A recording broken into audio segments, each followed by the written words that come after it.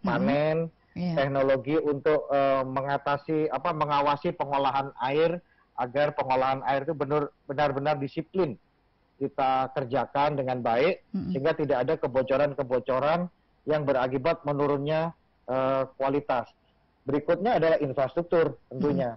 Jadi infrastruktur ini sangat penting untuk menjaga kualitas ini supaya yang sudah bagus di pegaraman di lahan itu tidak menurun karena handling yang kurang baik. Ya, Pak Arief, kalau untuk SDM masyarakat di daerah Bipolo itu, Pak Arief, ini seperti apa, Pak Arief, untuk dalam peningkatan SDM masyarakat untuk PT Garam Bipolo ini, Pak Arief? Baik, terima kasih, Bu. Jadi awal mula kami membuka itu masih menggunakan sebagian tenaga dari Madura. Dari Madura. Jadi ya, tenaga Pak, ya? dari Madura dimix dengan tenaga setempat, Bu. Nah, begitu tenaga setempat sudah mulai bisa, kita sudah mulai tarik perlahan-lahan yang dari Madura, kemudian menggunakan tenaga kerja dari masyarakat setempat. Jadi masyarakat ulayat yang berada di sekitar pegaraman kita libatkan untuk membantu PT Garam mengolah lahan tersebut sebagai tenaga kerja yang kita gaji sesuai dengan standar dan sesuai dengan kontribusi masing-masing. Nah, ini memang menjadi concern kami, menjadi kewajiban kami untuk mengembangkan SDM setempat. Jadi bagaimana mengolah lahan garam dengan lebih baik secara terintegrasi sehingga lahan tersebut menjadi menghasilkan garam yang bermutu baik. Saat ini tenaga kerja kami 95% berasal dari masyarakat sekitar, Bu. Masyarakat sekitar. Ya, Pak Arief, kita buka line telepon ya, Pak Arief ya. Untuk pendengar pendengar yang mau bergabung di dialog ini 843-1152 bisa Anda pakai untuk sekedar sharing atau ada pertanyaan untuk Pak Arief mengenai topik kita sore ini, bicara tentang PT Garam Persero yang ada di Bipolo. Dan Pak Arief, jadi untuk peningkatan SDM masyarakat seperti itu ya Pak Arief ya. Jadi awal-awalnya itu dibawa tim dari Madura gitu ya. Jadi untuk bisa membagi ilmunya pada masyarakat setempat. Setelah itu ya baru ditarik gitu ya. Nah, ini sekarang ini apakah sudah bisa dilepas untuk SDM masyarakat Bipolo, Pak Arief, tanpa ada lagi yang didatangkan seperti itu, Pak Arief? Sudah, Bu. Jadi sebagian besar sudah masyarakat setempat, di mana kami hanya menempatkan pejabat manajer atau marketing yang dari karyawan PT Garam. Jadi dari mana saja, bukan harus dari Madura, Ibu. Jadi kami menempatkan karyawan sebagai pengelola penanggung jawab areal setempat. Selebihnya adalah karyawan yang direkrut dari sekitar. Kalau ke depan memang ada masyarakat atau dari NTT ada yang menjadi karyawan PT Garam gitu, sudah mampu dan meniti karir dari bawah, saya kira tidak ada salahnya juga kita menempatkan siapapun sebenarnya di Bipolo sebagai pimpinan gitu. Jadi pimpinan-pimpinan PT Garam juga datang dari seluruh Republik Indonesia dan kami percaya bahwa kompetensi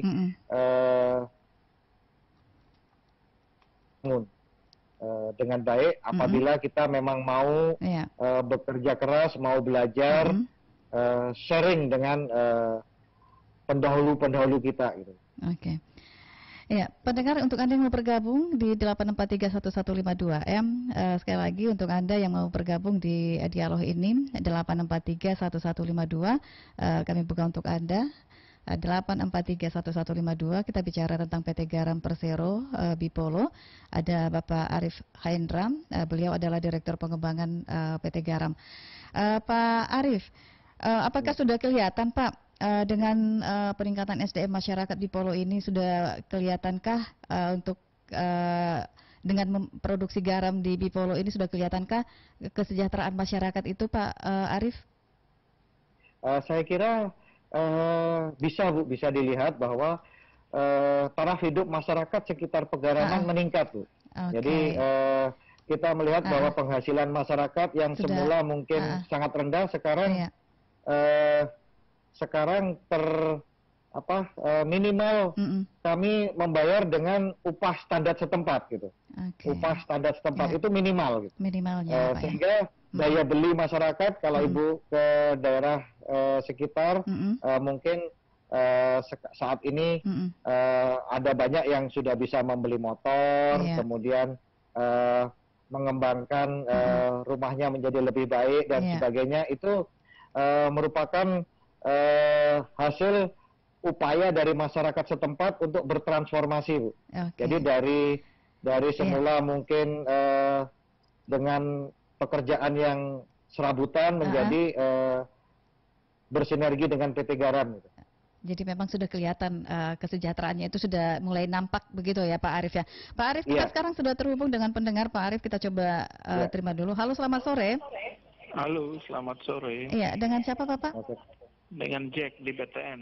Bapak Jack di BTN. Pak Jack, silakan, ada Bapak Arief Hendra, Direktur Pengembangan PT Garam, Pak Jack. Iya, begini Bu. Garam di NTT ini yang produksi garam banyak, termasuk di Sabu itu banyak. Tapi banyak garam-garam dari petani tambak garam ini yang tidak diangkut begitu. Jadi banyak garam yang waktu panen masih tunggu lama. Jadi kesiannya petani-petani garam ini jadinya putus asa begitu untuk pemasarannya itu tidak ini ya Pak ya? Ya, pemasarannya kurang bagus begitu. Apakah PT Garam Persero ini yang hadir di Bipolo saja ini, apakah menerima atau membeli juga garam-garam dari tambak-tambak garam yang mungkin tidak bekerja sama dengan PT Garam ini? Oke. Nah, harapan saya garam-garam di NTT baik yang kerjasama maupun tidak kerjasama itu dibantu oleh PT Garam untuk dibeli begitu atau dikelola lebih lanjut begitu. Iya. Terima kasih. Oke, terima kasih Pak Jack di BTN. Pak Arief. Halo Pak Arief. Ya, baik Bu. Ya. Pak Arief tadi bisa mendengarkan ya Pak Arief ya, Pak Jack tadi ya. Iya, Bu. Ya. Gimana tanggapan Bapak, Pak? Ya. Jadi begini, kami dari PT Garam ini berbeda dengan perum atau seperti Bulog gitu, di mana mereka memiliki penugasan untuk membeli garam rakyat. Membeli produksi rakyat seperti gabah atau apa gitu. Bulog memiliki tugas tersebut. Kami sebagai perseroan terbatas itu saat ini tidak memiliki tugas tersebut. Jadi kami business as usual. Jadi kami melaksanakan produksi kemudian menjual dengan skema bisnis murni. Apabila memang ada program-program dari pemerintah yang menugaskan PT Garam sebagai BUMN untuk membeli garam rakyat, kami tentunya siap. Gitu. Kami tentunya siap. Seperti pada tahun 2017, 2018, kami membeli garam-garam dari rakyat. Sebenarnya apa yang disampaikan Pak Jack itu juga permasalahan kami juga saat ini, Pak Jack. Jadi saya sampaikan bahwa stok garam milik PT Garam di Bipolo saat ini ada 26.000 ton belum bisa terjual. Jadi ini adalah problem kita bersama. Problem kita bersama. Total stok yang ada di PT Garam hari ini itu kira-kira lebih dari 350.000 ton itu ada di gudang belum terjual. Mengapa? Gitu. Mengapa? Jadi dari neraca garam nasional saat ini itu kebutuhan garam nasional itu 4,4 juta ton. Sedangkan produksi garam nasional saat ini itu 2,8 juta ton. impor itu 3 juta ton tahun ini. Kemudian sisa stok 2020 adalah 3 juta ton. Sehingga ada 8 juta ton garam di Indonesia yang diserap hanya 4,4 juta ton. Nah, kalau di Sabu ada garam-garam yang belum terjual, kami berharap memang ada kebijakan afirmasi untuk bagaimana bisa garam-garam tersebut terjual gitu. Oke. Jadi memang ya, aduh, ini untuk Pak Cek tadi semoga puas ya jawabannya ya Pak Cek ya. Dan Pak Arief, kita masih membuka line telepon ya. Tadi sudah ada pendengar tadi 8431152 masih kami buka untuk Anda yang mau bergabung di dialog interaktif ini. 8431152 masih kita buka untuk dialog interaktif ini. Nah, Pak Arief, ini PT Garam memproduksi garam dan turunannya nih. Apa-apa saja ini Pak Arief? Jadi saat ini Bu, kami memproduksi garam yang dimakan itu adalah, jadi garam ada 2 macam, garam yang bisa dimakan dan tidak dimakan. Garam yang dimakan itu adalah garam konsumsi biasa. Jadi garam konsumsi yang sehari-hari itu kami punya merek Segitiga G, kemudian juga kami punya anak sehat, keluarga sehat, kemudian juga kami punya garam yang untuk kesehatan, di mana bagi para penderita hipertensi itu bisa bermanfaat. Namanya garam lososa, low sodium salt. Jadi garam rendah natrium. Nah, ini sangat berguna untuk para penderita tekanan darah tinggi, hipertensi. Kemudian berikutnya ada garam-garam yang tidak dimakan. Garam yang tidak dimakan ini pertama garam kumur. Garam kumur itu kami menyiapkan garam dalam kemasan saset kecil-kecil, nanti diaduk dengan air untuk. Pak Arief, maaf Pak Arief, kita terima penelpon dulu ya Pak Arief ya. Nanti bisa dilanjut lagi ya Pak Arief ya. Halo, selamat sore. Selamat sore. Iya. Dengan Bapak siapa Pak? Mbak Mila. Bapak Mila di Labat. Oke, Pak Mila. Iya. Ada Bapak Arief Hendra, Direktur Pengembangan PT Garam. Silakan Pak. Iya. Selamat sore Bapak Hendra. Jadi saya kira produksinya kalau Bapak terus tingkatkan, kemudian pusat sudah menjanjikan untuk menyerap ini, itu harus dipertanyakan. Kurangi saja masalah impor garam dari Australia itu. Sehingga rakyat ini bisa merasakan kesejahteraan dulu. Kalau itu tidak dikurangi dan 350 rupiah itu berarti Bapak Don tidak bisa melakukan ekspor ke sana untuk menghabiskan garam ini. Itu satu. Yang kedua, harga jual di NTT itu Pak, yang kecil kita sudah beli ini dan 2.000 tidak sampai 1 kilo. 2.000 1 bungkus. Sebenarnya permainannya di mana ini? Nah, jadi kita ini sering ambil garam-garam rakyat yang lewat itu, yang jual per kilo di Black Mantega dan lain punya rakyat sendiri. Yang ketiga itu sosialisasi masalah garam yang diproduksi PT Garam itu harusnya lebih keras lagi, lebih sampai ke masyarakat. Sehingga sampai ke desa-desa juga yang membutuhkan itu. Saya kira itu sih. Terima kasih. Terima kasih Pak Mila. Pak Mila di Labat. Ya, tadi ada 3 pertanyaannya Pak Arief. Yang pertama tadi menghargai dari masyarakat ya. Jadi tidak harus dari Australia gitu loh Pak Arief. Ini seperti apa Bapak melihatnya nih? Baik, terima kasih Pak Mila dan Bu Erika. Jadi kami juga berharap ada kebijakan untuk lebih memprioritaskan garam dari dalam negeri. Mengenai kuota impor, bukan wewenang kami, bukan wewenang PT Garam, sehingga kami juga tidak punya. Saat ini kami PT Garam tidak mengimpor garam. Jadi kami tidak memiliki kuota impor garam, sehingga kami direksi PT Garam itu berkomitmen untuk membangun ekosistem garam dalam negeri, garam Indonesia yang beradab dan berkeadilan. Ini kami dengan membentuk koperasi, bekerja sama dengan rakyat, bekerja sama dengan Dinas KKP. Sementara kami di Madura, Bapak Ibu sekalian, karena memang pusat produksi kami, lahan kami terbesar ada di Madura. Nah, selanjutnya kami ingin apabila memang ada kepercayaan, ada sukses story dari upaya kami ini, maka akan kami sebarkan ke daerah-daerah lain, sentra-sentra produksi garam. Selanjutnya, apabila memang Pak Mila itu harga garam di daerah Bapak mahal, saya persilahkan, misalnya Bapak bawa truk, saya punya sekarang 26.000 ton, satu truk itu isinya hanya 6 ton, Pak.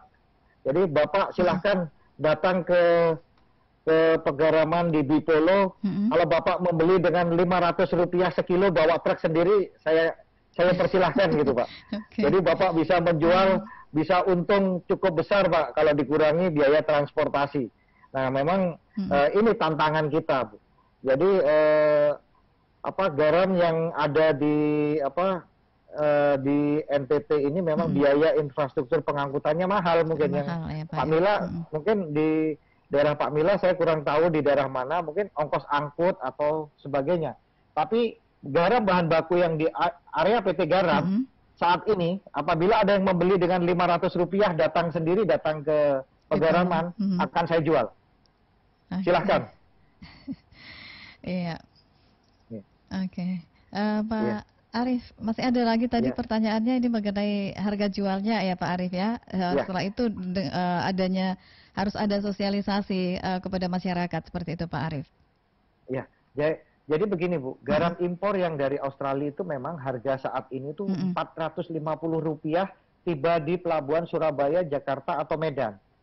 Namanya CIF, Cost, Insurance, and Freight. Itu jadi tiba di kapal bersandar di pelabuhan tuh harganya Rp450. Rp450 ya Pak ya? Iya, sampai di Surabaya. Makanya garam yang dari NTT akan sulit bersaing apabila ongkos angkut dari NTT ke Surabaya misalnya Rp350, maka harga garam di Pegaraman akan dihargai Rp100. Nah, Rp100 itu ongkos produksinya itu paling sedikit sekarang 500. Iya. PT Garam itu ongkos produksinya 500 lebih di NTT. Nah, ini masalah kita semua sebenarnya. Saya yakin masyarakat juga memproduksi dengan harga pokok produksi di atas itu. Kalau lahannya lebih kecil. Oke. Ya, terus ada nggak sih Pak sosialisasi untuk masyarakat ini Pak? Nah, kami tidak memiliki tools Bu untuk melakukan sosialisasi karena memang kami bukan institusi yang menetapkan harga. Jadi harga garam saat ini ditetapkan dengan mekanisme pasar. Pasar ya Pak. Jadi mungkin kalau pemerintah itu menetapkan garam sebagai barang pokok dan penting kembali, jadi saat ini dapat kami sampaikan bahwa garam itu sudah tidak menjadi barang pokok dan penting. Mungkin zaman dulu sembako itu ada garam. Jadi sejak tahun 2015 garam sudah tidak lagi menjadi bagian dari sembako. 9 bahan pokok dan penting sudah tidak ada. Sehingga mekanisme penjualan itu dilaksanakan dengan mekanisme pasar. Jadi murni mekanisme pasar 100%, harga diserahkan ke pasar. Jadi kami tidak bisa mencampuri atau tidak memiliki kekuasaan untuk membentuk harga di pasar. Ya, Pak Arief. Nah, ini untuk harapan-harapan ke depannya ini Pak Arief seperti apa dengan hadirnya garam di Kupang ini, Pak Arief? Halo.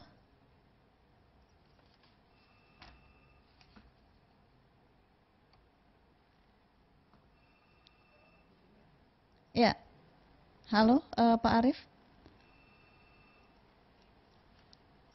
Ya, pendengar tadi kita sudah banyak bicara tadi dengan Pak Arief Hendram. Beliau adalah Direktur Pengembangan PT Garam dan untuk saat ini memang tidak ini ya, tadi disampaikan oleh Pak Arief, untuk saat ini PT Garam yang ada di Bipolo memang produksinya sangat bagus ya. Cuma kendala yang dihadapi yaitu untuk misalnya masih terus produksi, tapi untuk tempat untuk penjemurannya itu yang tidak ada, dan juga yang menjadi kendalanya lagi yaitu infrastruktur ya. Oke, dan pendengar, kita sudah tidak bisa terhubung lagi dengan Pak Arief Hendram. Terima kasih pendengar untuk partisipasi Anda di dialog interaktif kita sore hari ini di Lintas Kupang Sore. Dan saya akhiri dialog interaktif kita sore ini. Terima kasih atas atensi dan partisipasi Anda. Dan pendengar, nanti di pukul 17 waktu Indonesia Tengah jangan sampai Anda lewatkan nanti Warta NTT Sore.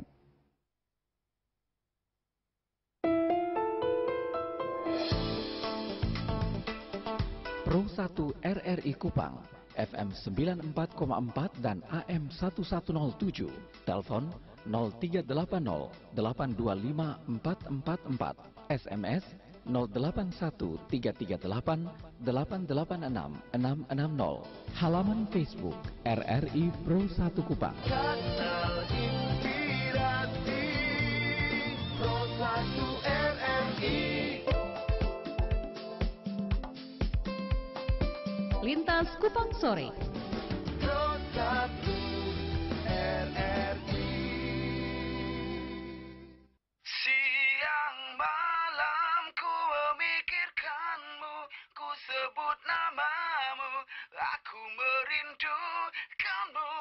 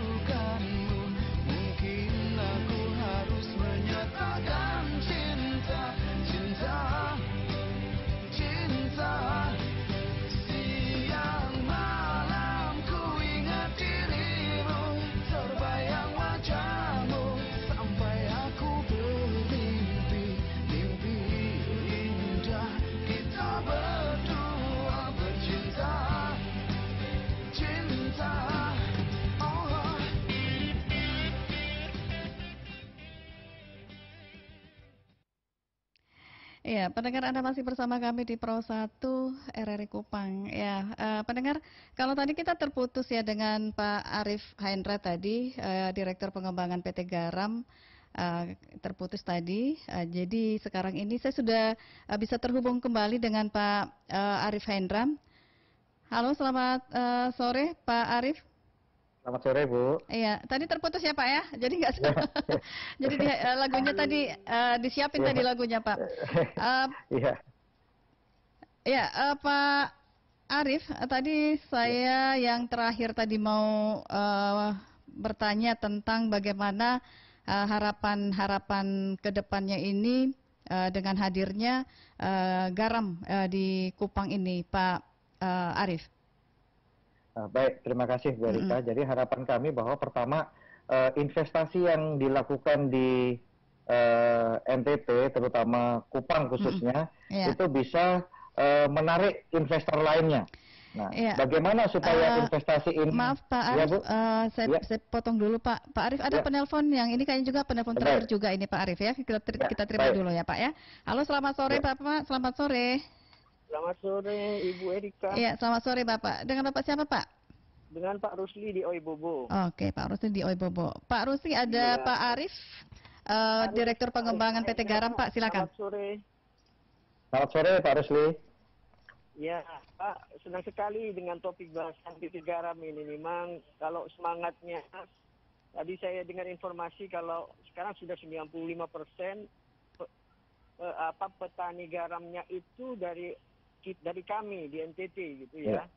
Ya. Kemudian sejauh mana Pak harapan kita untuk memberi sebuah harapan, karena bahasan kita ini kalau istilahnya orang NTT ini Mas Putih Bapak.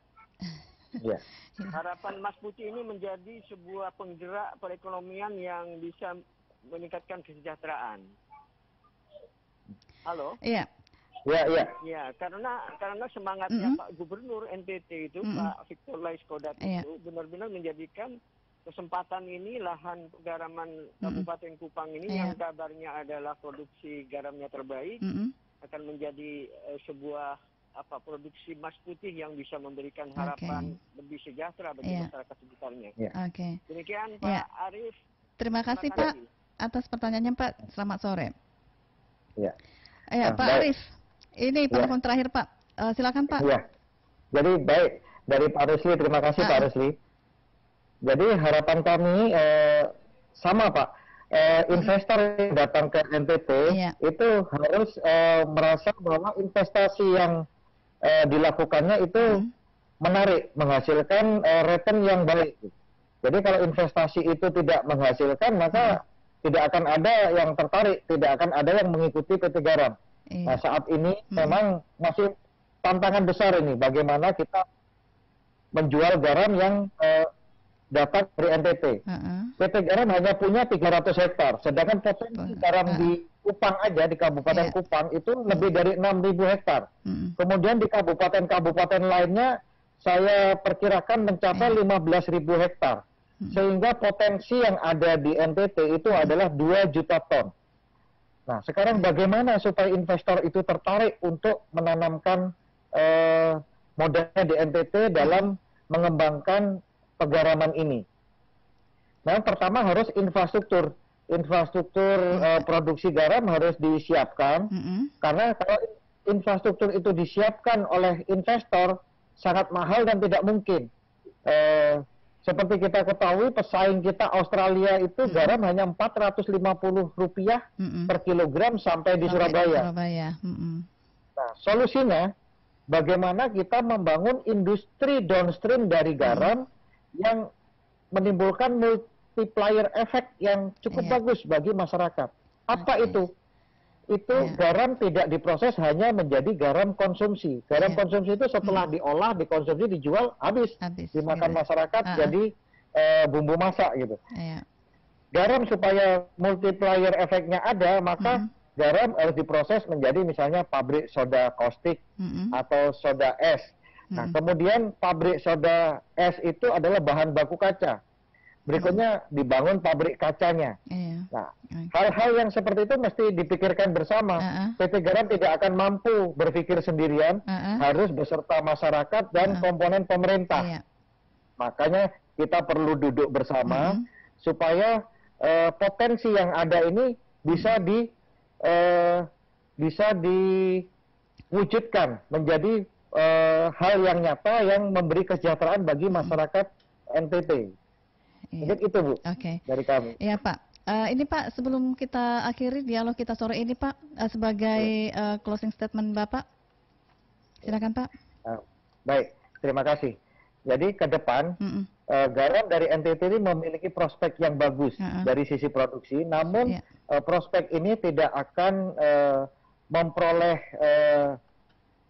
memperoleh implikasi yang positif apabila value chain-nya itu tidak bisa dilipat gandakan dengan baik.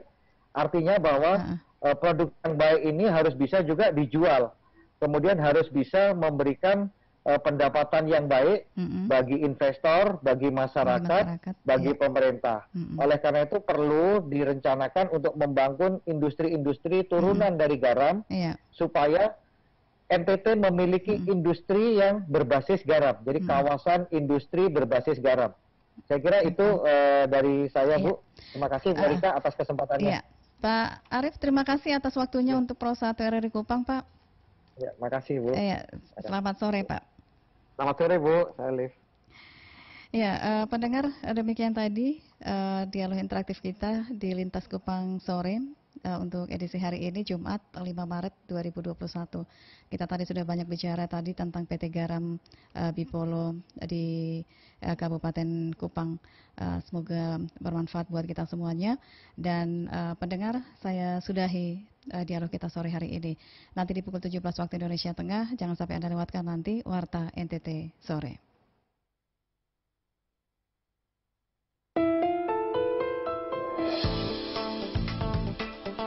Pro 1 RRI Kupang, FM 94,4 dan AM 1107, telepon 0380 825 444, SMS 081 338 886 660, halaman Facebook RRI Pro 1 Kupang. Kanal inspirasi Pro 1 RRI.